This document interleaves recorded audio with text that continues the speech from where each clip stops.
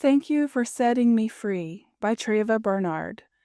And we know that all things work together for good to those who love God, to those who are called according to his purposes. Romans chapter 8, verse 28. There are moments in life that leave a lasting imprint on our souls, experiences that seem insignificant to others but hold deep meaning for us. I remember one such moment vividly. After preaching one day, I sat quietly in the passenger seat, tears streaming down my face.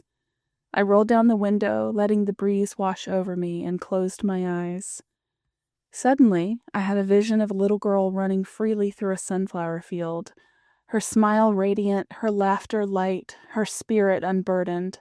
She was carefree and full of joy. Then she paused, turned around, and to my surprise, it was me, as my younger self. She looked straight into my eyes and whispered, "Thank you for setting me free." She smiled, turned back around, and ran off into the sunset. I never saw her again, but the message was clear. That moment was more than just a vision. It was a divine reminder. God had brought me out of pain, out of fear, out of cycles that once kept me bound. What once felt like a hopeless season, confusing, dark, and suffocating, had become the soil for my breakthrough. I didn't see it then, but God was working, even in the silence, in the tears, and even in the waiting. Romans chapter 8, verse 28 reminds us that all things, not just the good, but the hard, the painful, the confusing, are working together for our good when we love him and walk in his purpose. He doesn't waste pain, nor does he discard your broken pieces. Instead, he takes every shattered moment and shapes it into something purposeful. Let that be the thing that fuels you to move forward. Sometimes the very thing that tried to break you in one season will become your testimony in the next. Your testimony will be the very thing that builds someone else.